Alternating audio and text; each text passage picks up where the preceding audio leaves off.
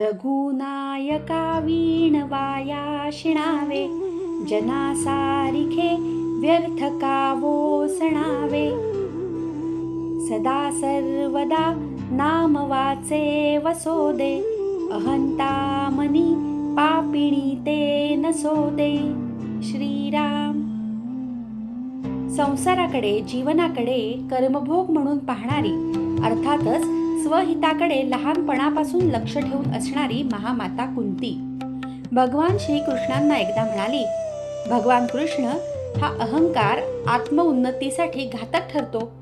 याला बाजूला सारण्याचा हुकमी उपाय म्हणजे तुझे सतत नामस्मरण.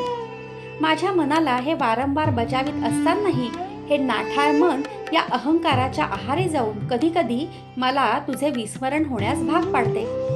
म्हणून भगवंता, तुझ्याजवळ एकच मागणी आहे, ते म्हणजे जगातील दुःखे आशीर्वाद म्हणून माझ्या पदरी टाक, जेणेकरून भगवंता सोडव त्या पलीकडे माझ्या मुखातून काहीही येणार नाही.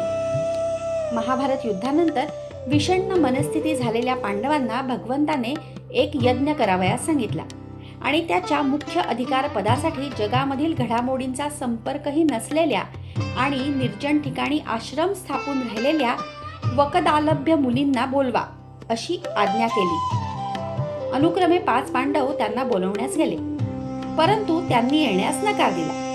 त्यांचे म्हणणे एकच, 100 यज्ञ झाले असतील तरच त्या ठिकाणी मी जातो. अर्जुनाने तर महाभारत युद्धाचा विषय काढताच वीज कडाडावी तसे ते ओरडले, कसलं युद्ध? आम्हाला असली भाषा माहीत नाही. हा शांती आश्रम आहे, चल निघ इथून. शेवटी कुंती मातेने द्रौपदीच्या कानामध्ये काही सांगितले. शेवटचा उपाय म्हणून द्रौपदी त्यांना बोलवण्यास निघाली. अहंकार रहित, नम्र अशी ती पांचाली आश्रमात पोहोचताच त्यांना म्हणाली, मुनिवर्य, आपली शिष्या पांचाली आपणास अभिवादन करीत आहे. पांडव पत्नी द्रौपदी आपण शांती यज्ञाला यावे अशी विनंती करत आहे.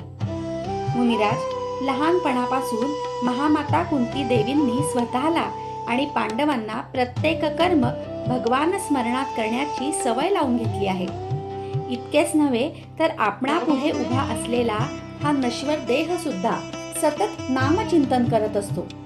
आणि मुनिवर्य, नाम घेता वाट चाली यज्ञ पावलो पावली, हे तर आपलेच वचन.